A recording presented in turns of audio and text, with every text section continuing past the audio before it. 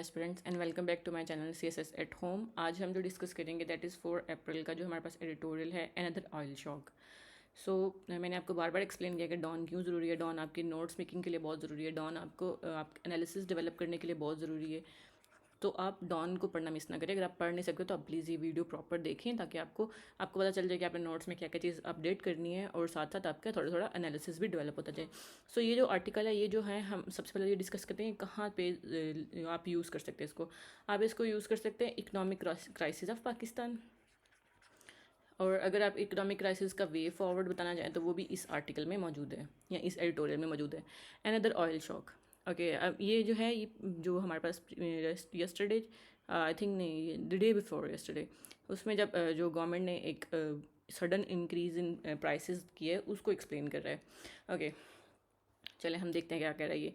The sharp increase in domestic prices of petrol and diesel is an unavoidable correction amid external price shock triggered by US Israel war on Iran. Amid मतलब between. वो कह रहे हैं कि जो shop increase आया है हमारे डोमेस्टिक प्राइसेस में पेट्रोल और डीजल की वो अनअवॉइडेबल है क्योंकि एक्सटर्नल प्राइस में जो है हमारे पास प्रेशर है due to Iran Israel war वो इतना ज़्यादा है कि उसको अवॉइड नहीं हम कर सकते। That petrol prices was reduced by ₹80 in less than 20 hours shows political pressure and confusion in official doom। वो कह रहे हैं कि जो जो उन्होंने इंक्रीज़ किया था उसके बाद ही उन्होंने ₹80 कम भी कर दिया 24 आवर्स में। ये क्या शो कर रहा है कि क्यों पहले बढ़ाया क्यों कम किया। पहले बढ़ाया इसलिए कि उसको बढ़ाना मजबूरी थी, वो फिजिकल प्रेशर था। और लेकिन जो बाद में उसको कम किया वो जो है एक पॉलिटिकल प्रेशर है क्योंकि जब आप सख्त फैसले करते हैं तो अवाम आपके अगेंस्ट हो जाती है जिसकी वजह से पॉलिटिकल और इंटरनल प्रेशर बिल्ड होता है। और कन्फ्यूजन इन ऑफिशियल डोम्स मतलब अभी गवर्नमेंट ने खुद भी डिसाइड नहीं किया कि what exactly it wants. Alongside the fuel prices adjustments, the government has also ordered early market closure to conserve energy and announced targeted subsidy for motorcycle owners, farmers and transporters। वो कह रहे हैं कि ना सिर्फ फ्यूल की price adjustment की है गवर्नमेंट ने बल्कि अर्ली मार्केट क्लोजर्स भी की हैं। और अर्ली मार्केट क्लोजर्स क्यों किए हैं ताकि एनर्जी को कंजर्व किया जा सके। आप अगर देखें हम अगर इंटरनेशनल नहीं देखें तो दुनिया में ऐसे ही हो रहा है कि मार्केट्स जब जैसे सनराइज़ होता है तो खुलती हैं, सन सेट होता है तो क्लोज होती हैं। लेकिन पाकिस्तान में सन सेट होता है तो खुलती हैं, सन होता है तो क्लोज होती हैं। सो ये एक अच्छा स्टेप है। इसको आप केस स्टडी में भी लिख सकते हैं जो आप डिफरेंट कंट्रीज़ को इसमें नेम उसके उनके हाईलाइट कर सकते हैं और ये आपको एक अच्छा प्लस पॉइंट दे सकते हैं आपके पेपर में। ओके, उसके बाद सब्सिडी फॉर मोटरसाइकिल जो गवर्नमेंट ने 2000 की सब्सिडी अनाउंस किया 20 litre through an app I believe. Then farmers and transporters. For weeks, the authorities had resisted passing on full impact of rising oil prices to consumer। वो कह रहे हैं कि हफ्तों से 4 हफ्तों से वॉर चल रही है तो गवर्नमेंट ने पूरी कोशिश की है कि वो उसको रेजिस्ट करे कि जो राइजिंग ऑयल प्राइसेस है जो ग्लोबल मार्केट में जो प्राइसेस बढ़ गई हैं उसको कंज्यूमर को पास करने में थोड़ा ना पास करें। वो ऐसा क्यों करी थी absorbing the surge in budget. वो ऐसा क्यों करी थी कि उनको लग रहा था कि जो हमारे पास क्राइसिस है आगे उन्होंने लिखा भी following on earlier increase of ₹55 per litre the authorities were seemingly banking on a swifter resolution to Gulf crisis. Swifter resolution to Gulf crisis क्या है कि अर्ली रिजॉल्व या फ़ौरन उनको लग रहा था कि ईरान क्राइसिस जो है वो जल्दी जल्दी सॉल्व हो जाएगा जिसकी वजह से हमें प्राइसेस बढ़ानी नहीं पड़ेंगी। ए बेट दैट कॉस्ट द नेशनल एक्सचिकर मतलब हमारा जो है उसको क्या कहते हैं ख़जाना कौमी ख़जाना ₹129 बिलियन। दैट स्पेस है नॉट रन आउट। वो कह रहे हैं कि जो वो लग रहा था कि ये गल्फ क्राइसिस रिजॉल्व हो जाएंगे अब वो स्पेस दुनिया में को नज़र आ रहा है ट्रम्प की स्पीच के बाद कि ऐसा कुछ नहीं होने वाला, ये लंबा चलने वाला है। और जो इसका ये भी आप अपने नोट्स में अपडेट कर सकते हैं कि जो हमारे पास इसका इम्पैक्ट आया जो हमने पिछले दिनों सब्सिडी मिली थी उसका ₹129 बिलियन इम्पैक्ट आया हमारे कौमी ख़जाने में। The move shows that Pakistan simply does not have the capacity to sustain fuel subsidies. वो कह रहा है कि ये शो कर रहा है, ये मूव शो करे कि पाकिस्तान में अब इतनी कैपेसिटी नहीं रही कि वो फ्यूल सब्सिडीज़ को बर्दाश्त कर सके। Years of weak tax revenue, अब उसमें वो बता रहा है कि कॉजेज़ ये आप इसको अपने इकोनॉमिक क्राइसिस की इकोनॉमिक वाले चैप्टर में मैं से एक्सप्लेन करूँगी, आप इसको कॉजेज़ वाले सेक्शन में अपने नोट्स में अपडेट भी कर लें।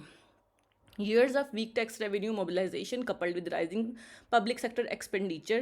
वो कह रहे हैं वीक टैक्स रेवेन्यू मोबिलाइजेशन थी, उसके बाद जो थी राइजिंग पब्लिक सेक्टर एक्सपेंडिचर्स थे have left the government with little room to absorb such shocks without risking macroeconomic stability.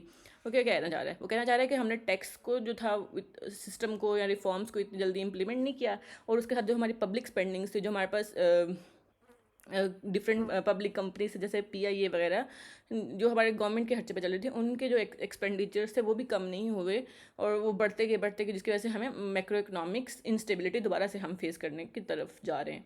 The pressure is not confined to physical side. वो कह रहे हैं कि सिर्फ फिजिकल साइड का प्रेशर नहीं, हमें सिर्फ पैसों का मसला नहीं है.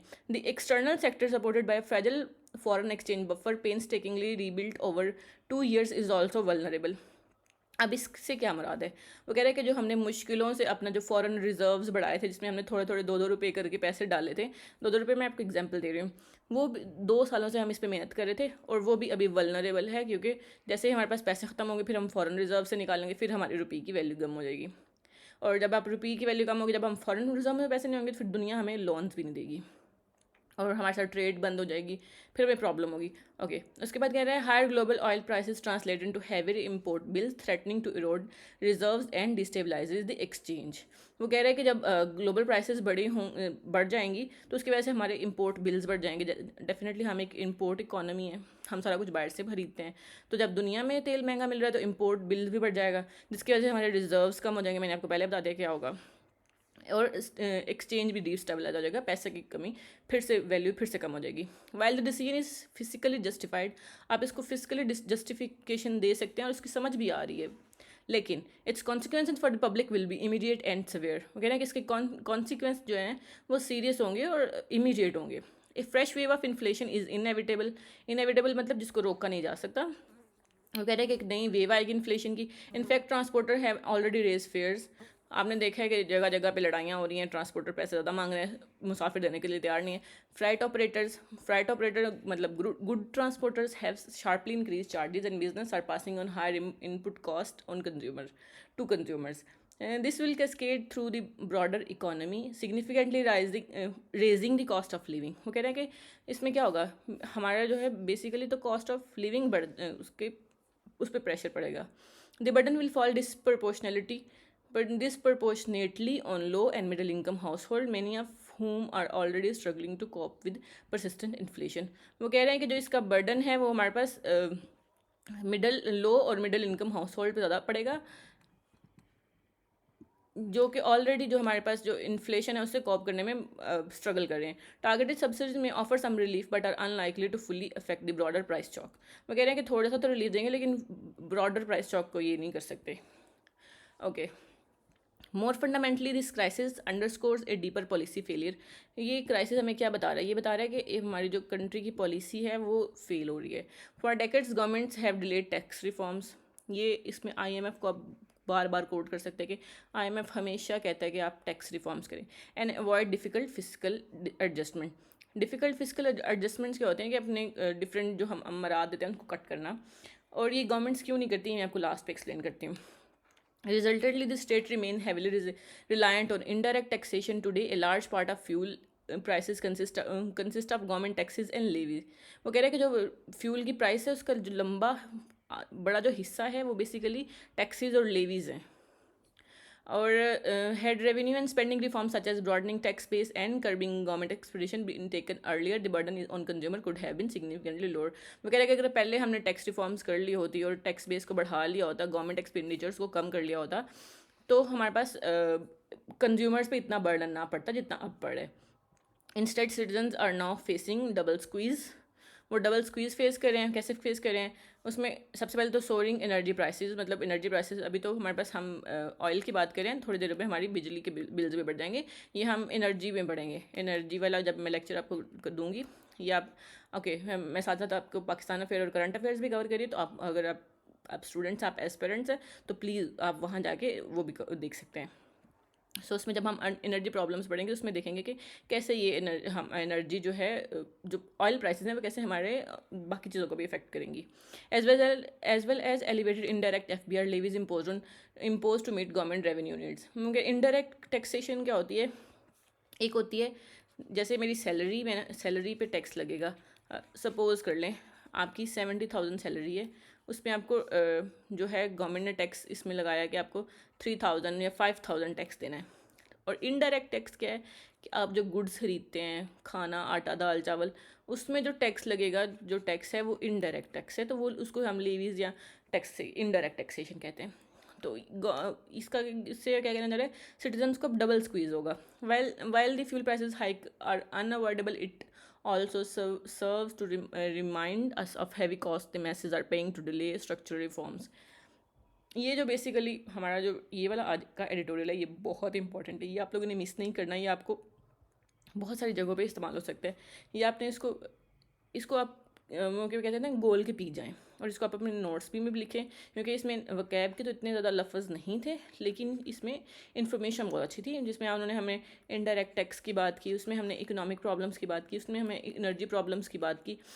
तो ये सारी बातें जो हैं, इनके वे फॉरवर्ड्स कॉजेज इसी में एक्सप्लेंड है। तो आप इसको अपने पाक अफेयर, करंट अफेयर और आईआर के नोट्स, आप जो मैंने आपको साथ साथ बताती हूँ, अपने नोट्स कैसे बनाने हैं। अगर आपको नहीं समझ आ रही है आपको नोट्स कैसे बनाने हैं, तो प्लीज़ आप कमेंट करें, मैं आपको उसका प्रॉपर एक स्ट्रैटेजी भी एक्सप्लेन कर दूँगी कि आप कैसे अपने नोट्स बनाते हैं और उसको सेव करते हैं और अपने लास्ट डे पे रिवाइज़ करते हैं।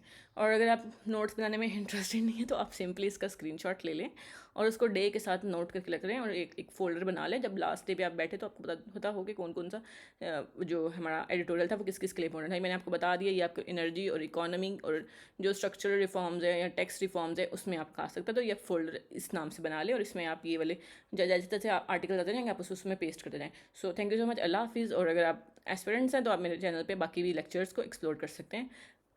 फ़ी अमान अल्लाह।